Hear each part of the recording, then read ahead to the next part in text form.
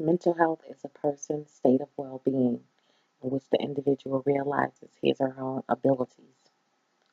A person's mental health dictates how he or she controls and copes with all levels of stress.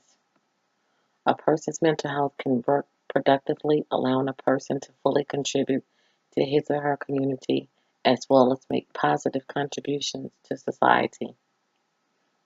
In recent years, several barriers to mental health care has made it difficult for everyone to achieve their best mental health. The American Public Health Association, also known as APH, supports the efforts to improve access to care and put mental health on par with physical health. The Affordable Care Act, ACA, expanded mental health coverage, making it illegal to deny insurance coverage for people having pre-existing conditions, which included mental health illness, and ACA also expanded parity.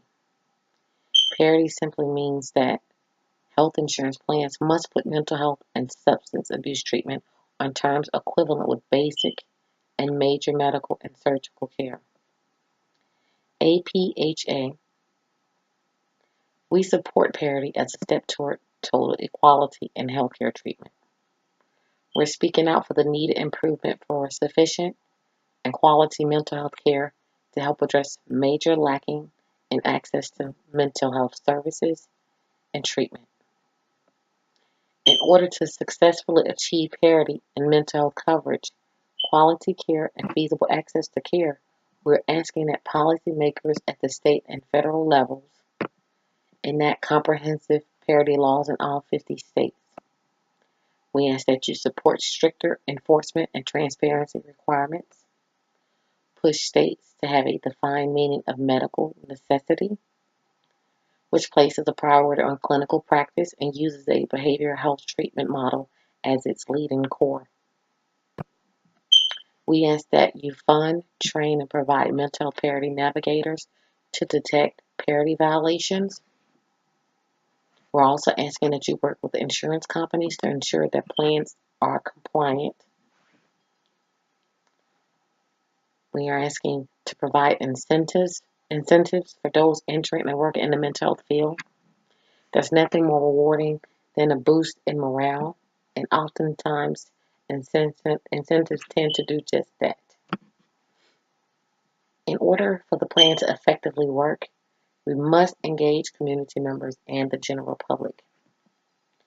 Doing so will allow community members and the general public to be educated about APHA's full agenda. Our public agencies can assist by putting programs and policies in place that surround education and parity, insurance plans, and mental health.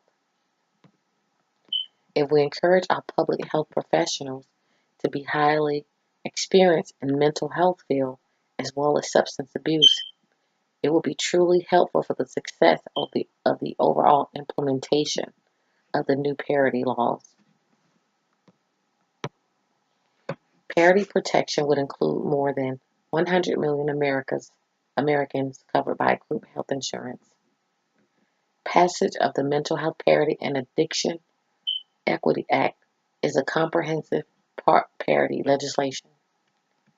This legislation applies to all group health plans with 51 or more employees, 82 million individuals in self-insured employee health plans that are not governed by state parity laws, and another 31 million in plans that are subject to state regulation. The CBO, also known as the Congressional Budget Office, has estimated that the act will help raise health plan premiums by an average of about 0.4%, which is to be split between the employers and their employees. Cost exemption allows a health plan to be exempted from the federal parity law if it can prove that the parity is raising its total plan cost by more than 2% in the first year after enactment of parity law and 1% thereafter.